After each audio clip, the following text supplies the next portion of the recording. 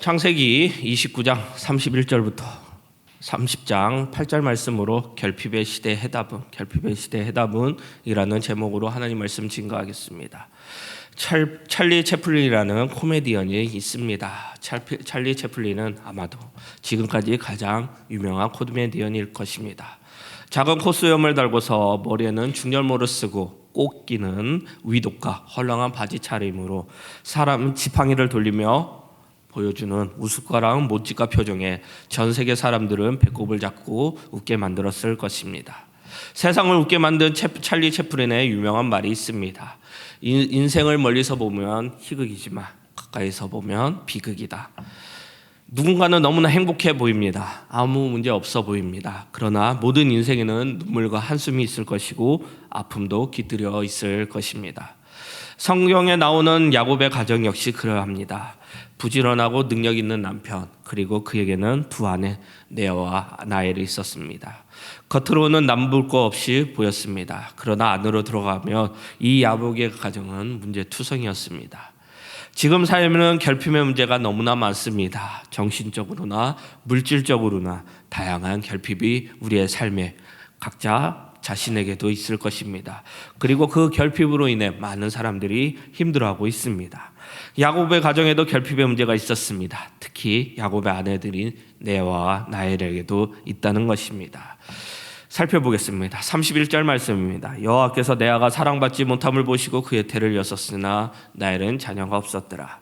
첫 번째로 레아의 결핍은 무엇입니까? 말씀에 사랑받지 못함을 보시고 결혼한 남자들에게 노망이 있을 것입니다. 그것은 자기를 쏙 닮은 아들과 함께 목욕탕에 가는 것입니다.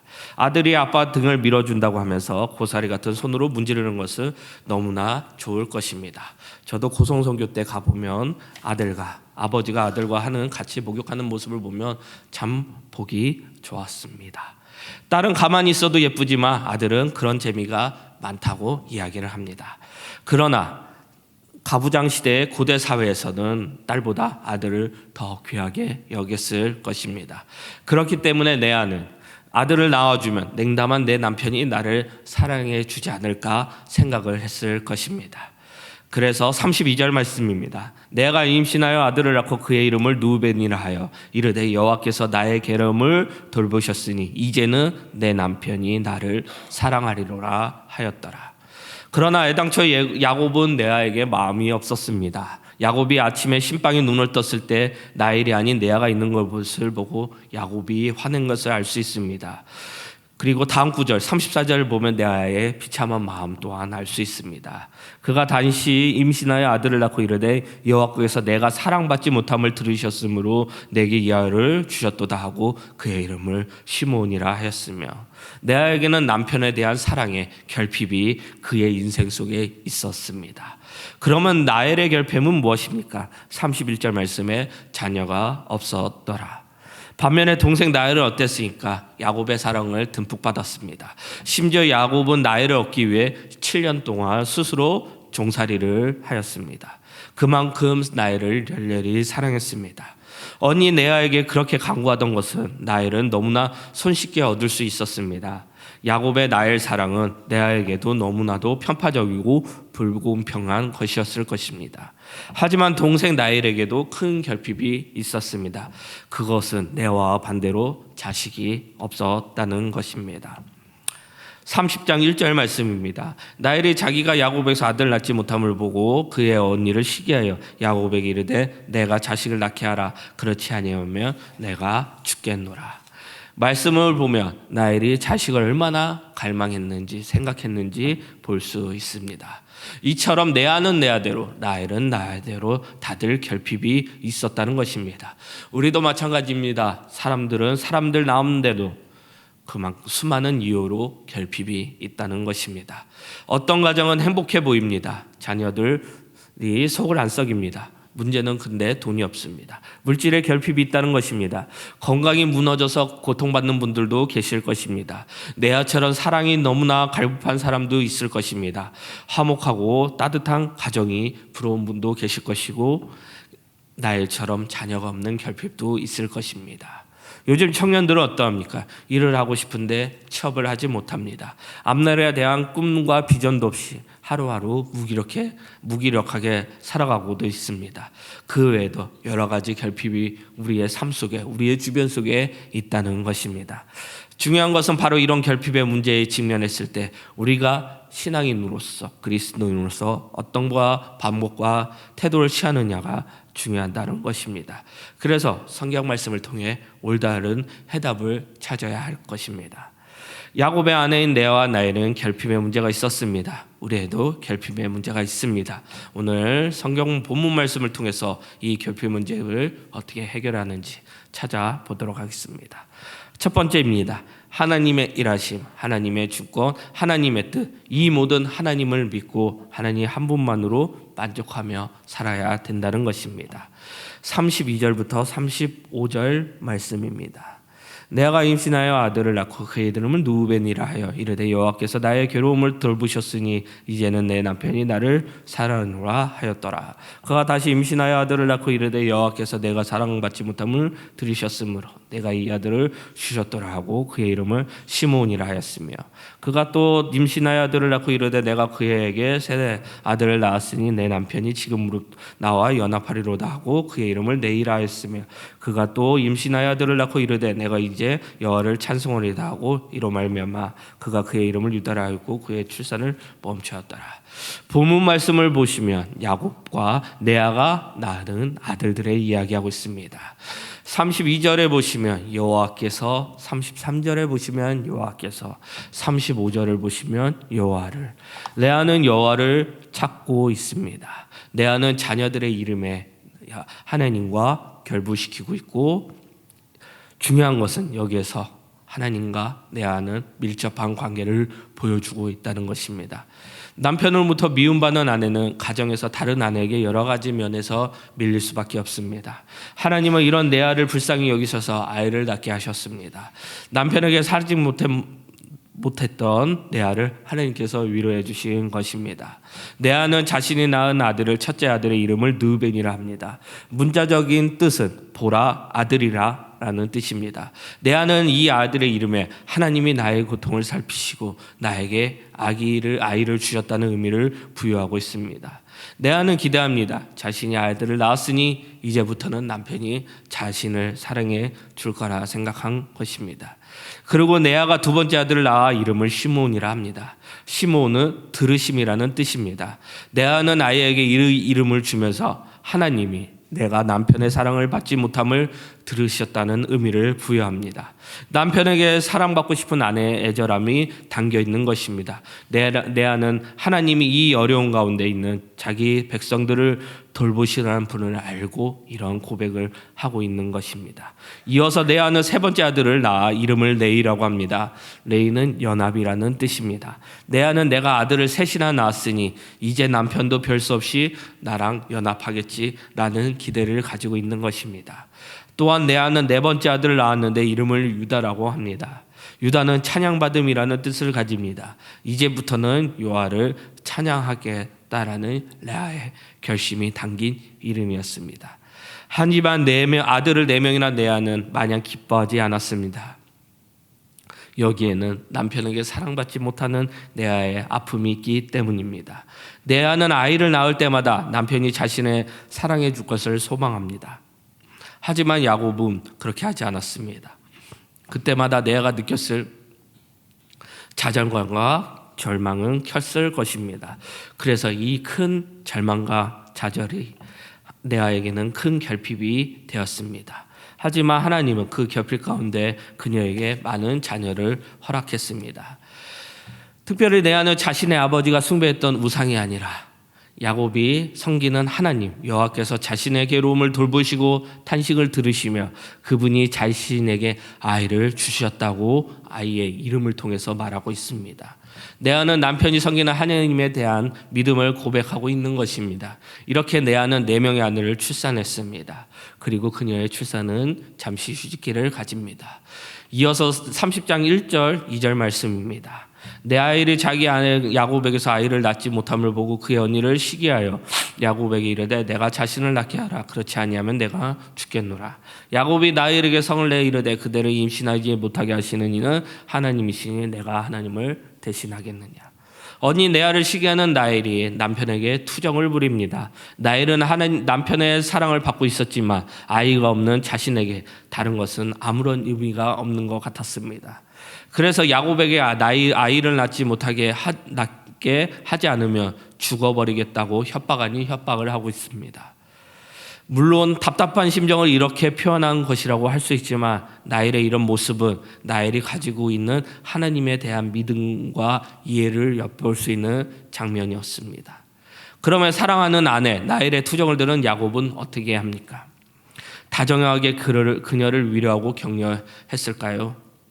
야곱이 라헬에게 성을 내 이르되 그대는 임신하지 못하게 하시는 이는 하나님이시니 내가 하나님을 대신하겠느냐. 야곱은 투정하는 라헬을 호되게 야단칩니다. 사람의 생명은 사람이 원하는 대로 할 수 없다는 것입니다. 사람의 마음대로 할 수 있었으면 왜 야곱이 사랑하는 아내 라헬에게 아이를 주지 않았겠습니까? 야곱은 창조주 하나님께서만 주셔야만 아이를 얻을 수 있다는 것을 말하고 있습니다. 우리는 하나님만이 자녀를 주실 수 있다는 사실을 아브라함과 사라 그리고 이삭과 리브가를 통해서 이미 말씀을 통해 살펴보고 있습니다. 세상에 태어난 모든 생명은 결코 우연히 생긴 결과가 아닙니다. 하나님의 놀라운 계획과 섭리, 하나님의 뜻에 의해 만들어진 하나님의 작품입니다. 그런데 사람들은 이것을 모르게 생명을 함부로 다루고 자기 마음대로 할 수 있다는 것처럼 오해하고 있습니다. 모든 생명은 하나님부터 나오며 하나님은 모든 생명의 주인이 되십니다. 그만큼 우리는 하나님의 주권, 하나님의 일하심, 하나님의 뜻을 인식하며 우리의 삶에 결부시켜 살아야 하는 것입니다. 그리고 이 모든 하나님의 뜻과 주권을 믿으며 살아야 하는 것입니다. 야곱도 그렇지 않습니까? 얼마나 야비한 인간입니까? 그가 형에게서 눈먼 아버지 이삭에게 했던 일을 기억하시기 바랍니다. 어떻게 그렇게 혈육을 속이고 자기 형을 속이고 축복을 가로챌 수 있습니까? 야곱을 생각하며 하나님이 어떻게 저런 인간을 귀하게 쓸 수 있을까라는 생각도 했을 것입니다. 그러나 야곱과 에서의 차이에는 바로 하나님 중심이라는 차이가 있습니다. 반면에 에서를 보시기 바랍니다. 단 한 번도 에서의 말과 행동에 하나님이 없습니다. 하나님을 의식한 행동조차 없습니다. 반면에 야곱은 야비합니다. 정말 못됐습니다. 그런데 어느 순간만 되면 하나님 앞에 야곱은 돌아서고 있습니다. 그것이 차이라는 것입니다. 살아보니까 인간은 어떻습니까? 어차피 50보 100보 아닙니까? 그게 그거입니다. 의는 없고 하나도 없습니다. 세상에 두 종류의 죄인이 있다고 합니다. 들통난 죄인과 들통나지 않은 죄인. 우린 다 아직 들통나지 않은 죄인과 같다는 것입니다. 우리를 털고 두들겨 보면 결국 먼지만 쌓일 것입니다. 여기 목사로 서 있는 저 역시 뒤집고 털면 아마 먼지로 수두룩할 것입니다. 예수님께서 죄 없는 자를 돌로 치라고 하며 우리는 아마 다 사라질 것입니다. 하지만 중요한 것이 무엇입니까? 하나님의 중심이 있느냐 없느냐 이 차이인 것입니다. 이 차이가 우리의 삶과 우리의 운명과 우리의 미래를 좌우할 것입니다. 이것이 야곱의 인생이고 레아와 라헬의 모습입니다. 그들에게는 하나님께 돌아가는 하나님의 중심이 있었습니다. 그렇다면 하나님 우리에게 기대하시는 것은 무엇일까요? 완전 무결하고 무결점의 사람일까요? 아닙니다. 하나님은 우리에게 하나님의 중심을 가지고서 넘어지고 슬퍼하는 그 자리에, 눈물 흘리고 실수하는 그 자리에서, 죄를 범한 그 자리에서 다시 하나님을 생각하며 하나님께 나아가기를 바라실 것입니다. 아이를 키워보셨습니까? 집에 어린아이가 있는데 너무 일찍 애 늙은이가 되어버린다면 어떻겠습니까? 아이가 너무 어른스러워 실수도 하지 않고 결점이 없다면 정말 보기 싫을 것입니다. 사랑하기도 정말 어려울 것입니다. 이런 아이에게는 아마 부모가 필요 없을 것입니다. 하나님은 우리가 불완전하고 좌충우돌하면서 하나님의 중심을 살아가고자 할 때 우리를 용납해 주시고 우리를 받아주시고 인도해 주실 것입니다. 그리고 우리의 많은 결핍을 채워주실 것입니다. 우리의 아버지시기 때문에. 그래서 우리는 하나님을 부를 때 하나님으로 부르는 것이 아니라 하나님 아버지로 부르는 것입니다. 그러니 아버지 되신 하나님 앞에서 완전 무결하고 결점이 없다고 우리가 완벽하려고 할 필요가 없습니다. 되지도 않고 할 수도 없고 해서는 안 되는 것입니다. 그렇게 하려고 몸부림친다면 우리는 율법주의자가 될 것입니다. 그리고 비교의식에 사로잡힐 것입니다. 외식하는 자가 되어 죄를 범할 수 없는 자가 될 것입니다. 대신에 하나님 앞에 우리는 자녀로서 하나님 앞에 철썩 붙어있고 항상 함께 있어야 할 것입니다. 이 가정은 어떠한 가정입니까? 아브라함과 이삭과 야곱 3대를 통하여 이스라엘 민족이 이루어지고 여기서 훗날 다윗이 나오고 더 훗날 메시아 예수 그리스도가 나오는 고귀한 혈통이 됩니다. 그런데 엉망진창이 되었습니다. 얼마나 비극입니까? 이 비극이 그들의 인생에서 지울 수 없는 흉터가 되어버린 것입니다. 그런데 놀라운 것은 하나님이 이러한 레아와 나의 두 자매의 인생에 개입하셨습니다. 그리고 이들의 출산 경쟁을 통해 태어난 12아들을 통해서 결국 이스라엘 민족을 만드시고 12지판을 세우신 하나님의 놀랍고 위대한 하나님의 뜻, 하나님의 위대한 섭리를 우리는 볼 수 있을 것입니다. 인생의 문제와 혼란, 갈등, 어려움이 있다고 해서 너무나 좌절하거나 낙심하거나 슬퍼하지 마시기 바랍니다. 하나님께서 그것들을 통하여 우리의 인생 가운데 하나님의 놀라우신 뜻과 일하심을 통해 우리가 나아갈 수 있도록 만드실 것입니다. 하나님께서는 저와 여러분을 통해 가장 좋은 것을 허락하신다는 것을, 이끄신다는 것을, 인도하신다는 것을 믿으시기 바랍니다. 그렇다면 우리는 걱정할 필요도 없고 절망하고 낙심할 필요가 없을 것입니다. 대신에 우리가 해야 할 것은 하나님을 굳게 믿고 신뢰하는 것입니다. 하나님을 의지하는 것이고 하나님을 찾는 것이고 하나님을 바라보는 것입니다. 그러면 하나님께서 반드시 우리의 삶을 인도해 주실 거고 역사해 주실 거고 하나님께서 놀라운 뜻으로 나아가게 할 것입니다.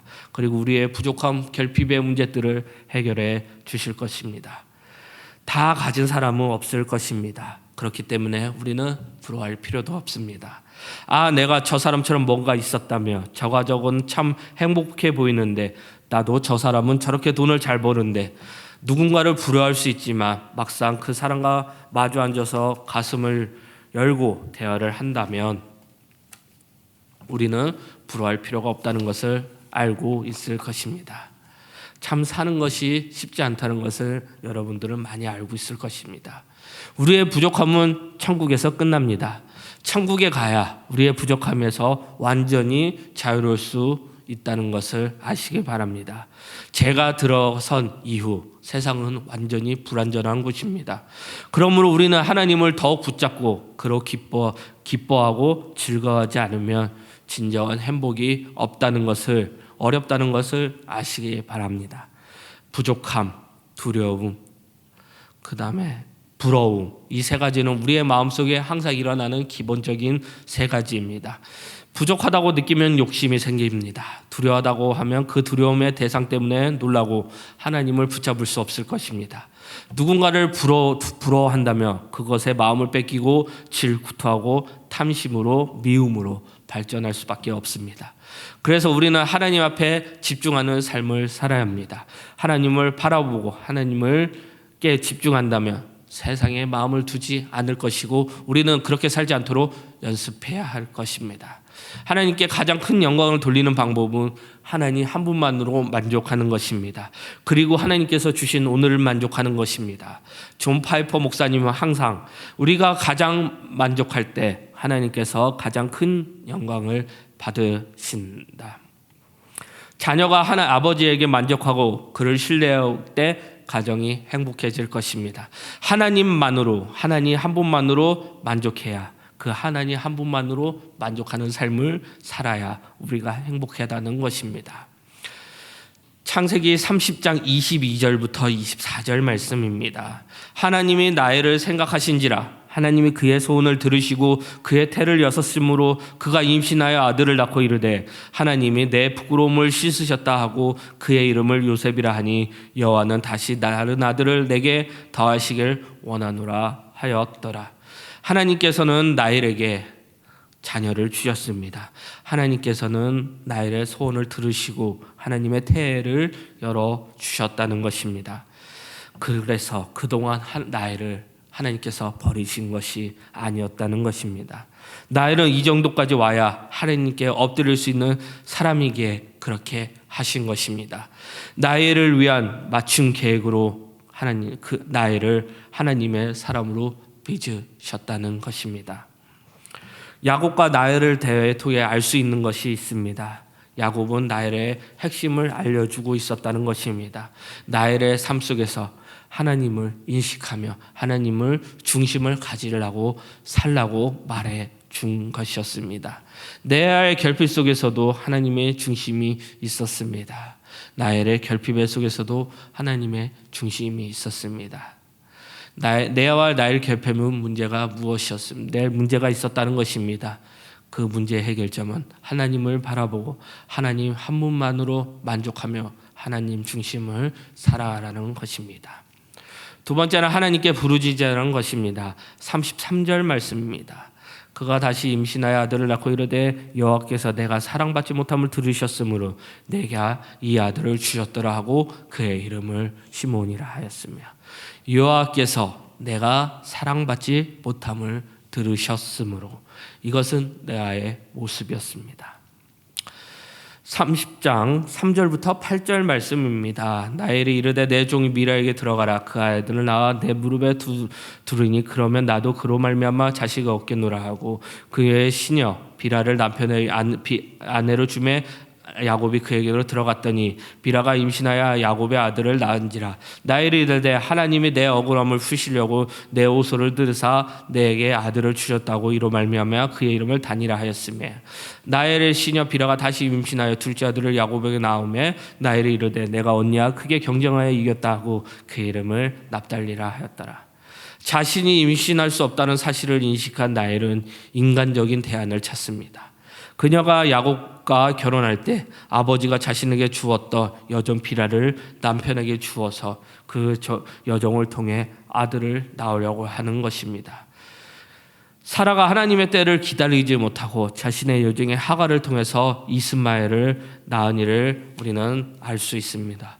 적어도 그때에는 아브라함의 아들이 한 명도 없을 때의 일이었습니다. 그런데 이번에는 이미 레아가 낳은 야곱의 아들이 있는 상황이었습니다. 나엘은 언니에 대한 시기심에 사로잡혀서 그릇된 선택을 하고 있는 것입니다. 하나님께 자신의 어려움을 가지고 하나님께 도움을 구하기보다는 하나님의 신뢰함으로 그 하나님의 때를 기다리기보다는 잘못된 선택을 하고 있는 것입니다. 6절 말씀에 보시면 하나님이 내 억울함을 푸시려고 내 호소를 들으사 이것은 나엘의 모습입니다. 하나님께서는 야곱의 레아와 나엘의 호소를 들으셨다는 것입니다. 하나님께 호소를 들으셨다는 것은 그들의 구함, 그들의 호소가 있었다는 것입니다. 중요한 것은 레아와 나엘은 그 결핍을 가지고 하나님께 호소하고 하나님께 부르짖었다는 것입니다. 레아와 나엘의 결핍이 있다는 것, 그들이 한 것은 그 결핍을 가지고 하나님께 부르짖었다는 것을 기억하시기 바랍니다. 러시아의 문헌 톨스토이는 기독교 신앙을 돋보이는 많은 작품들을 썼습니다. 그 중에 사람은 무엇으로 사는가라는 제목의 단편 소설이 있습니다. 이 단편 소설을 통해 톨스토이는 자신에게 던진 질문에 사람은 사랑으로 산다라고 대답했습니다. 이게 인간은 무엇으로 사는가? 인간은 어떻게 살 수 있는가? 라는 답변에 인간은 하나님의 도우심으로 살 수 있다는 존재라는 것을 이야기합니다. 하나님께서 하나님께 기대어 사는 존재가 인간이라는 것입니다.